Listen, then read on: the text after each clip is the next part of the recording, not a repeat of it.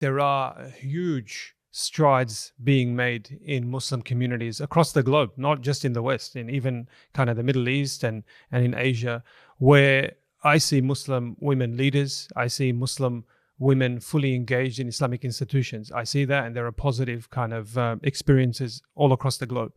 But equally, maybe even more, there are those negative instances, and I've seen them myself. I've seen even during the heights of COVID, when the doors were open to the masajid, only a select few men were able to experience tarawih. The women were staying at home. And so, a lot of women around me ask me the same question, why am I pushed away from my local mosque? How did we get here is my question. Who's to blame? SubhanAllah, I think just, generally speaking, we've moved away from as-sunnah. We've moved away from the prophetic model. And as time goes on, there's always going to be periods where we forget our tradition, we forget certain aspects of our tradition, we move away from it, and there's always going to have to be renewal in all aspects of Islam, right? Not just in terms of women and their value in Islam. So moving away from the tradition, and as some people, especially in the West, as we try to represent Islam publicly, we definitely try to build our institutions. Not everyone necessarily who's involved in propagating Islam in the institutions are learned. And when that happens and they come up and they give a khutbah, or they are, putting policies in place that define what a message will look like or what programming will look like. And if they're not necessarily educated in Islam or have the proper background, they, due to their gaps in knowledge, they can unknowingly further propagate some of these misunderstandings and put bad practices in place. Or at the very least, they're not putting the best practices in place. And so that's my take on how we got here. So, Lubna, I completely agree with you that we have, wonderful individuals who are invested, but maybe not trained. And I think that's part of our gap, that sometimes we even have people of knowledge who are trained in fiqh, but they're not trained in therapy. And someone who comes needs the support of therapy to be able to process what they're going through from a religious perspective, even, because it's not about the fiqh of the issue, it's about the self-worth and the understanding of what that means in our relationship to Allah subhanahu wa ta'ala. But also talking historically, there are so many political reasons why we are where we are at this time as an ummah and particular aspects of our ummah. And also going back to when scholarship was flourishing, when there were women scholars who were teaching some of the greatest scholars that we know who are men, Imam Malik, Imam Ahmed, Imam Shafi'i, Ibn Taymiyyah, Ibn Hajar, all of them, and so many more were taught by women scholars. We can look at the impact of colonialism, and we can also look at the impact of translation. So for example, Dr. Akram Nadawi, who is a hadith scholar, speaks about how the translation of Greek philosophy and the ideas of women in Greek philosophy started seeping into Arabic.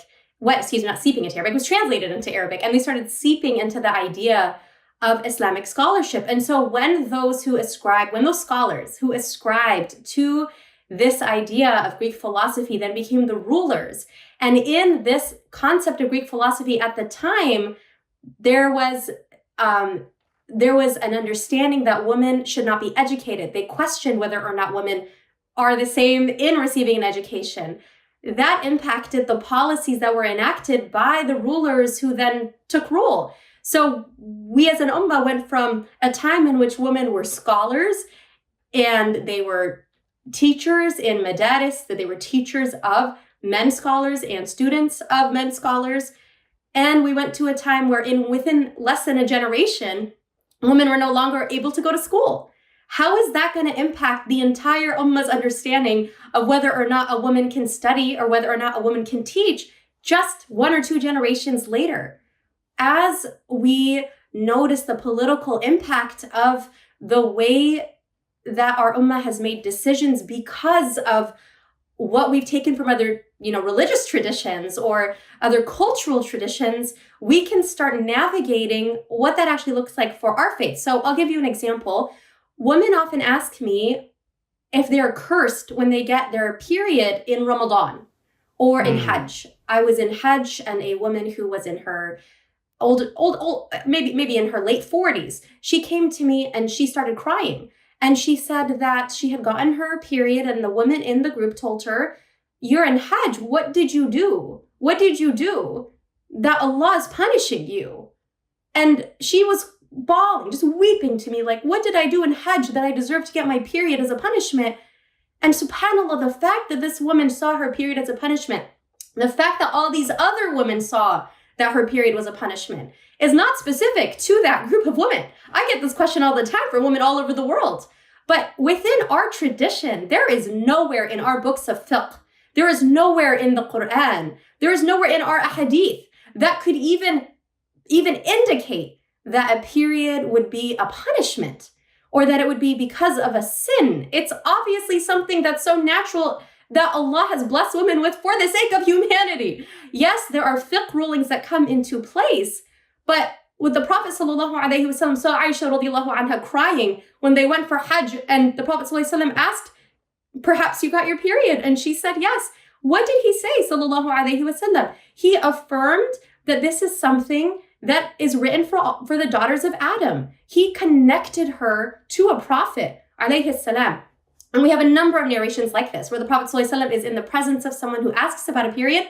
Or, for example, one of the girls of a tribe, Banu Ghifar, who came and asked if they could be nurses and help with the sick and the wounded in a battle, she actually started her menses in front of the Prophet ﷺ on a riding camel. And she was so embarrassed. And the Prophet ﷺ helped her understand the rulings of fiqh, of how to clean that from the luggage that it spilled on. And then he gave her a necklace from the spoils of war from Khaybar, put it and she wore it, and she stipulated that she wanted to wear it when she was buried because she didn't want to remove something the Prophet ﷺ put on her. Now, this beautiful, beautiful interaction with menses is not one that a lot of women are aware of, one. But two, the idea of a curse actually is something that comes from a particular understanding of Christianity. That in the time of the Tudor class, who was the beginning of modern day colonialism, they saw it as the curse of Eve. They saw that, which is, it's considered blasphemy for Muslims. And this is, with all respect to, those who are Christian, and that doesn't necessarily mean Christians today are being taught this. There's so many different denominations or different understandings of what this looks like today. But in this particular point, we can say that there was a policy that was imported into Muslim majority lands that were colonized, where the Tudor class who was ruling from England saw women who were on their periods as part of experiencing the curse of Eve for, God forbid, hasha lillah, for tempting Adam to eat from the tree. And so women until the end of time are given a taste of that punishment. In that time, they were not even allowed to have medicine to help with the cramps because women were supposed to feel the full punishment. Now, this concept is completely foreign to us as Muslim women. Foreign to us in Islamic law, completely blasphemous in Islamic law. But why do so many women have that idea? How does colonialism impact the way Muslim women see ourselves when sometimes those messages are being passed on by Muslim families or communities, or the ways that sometimes masajid, the infrastructure, the architecture of masajid are actually created, including when it comes to women in this space?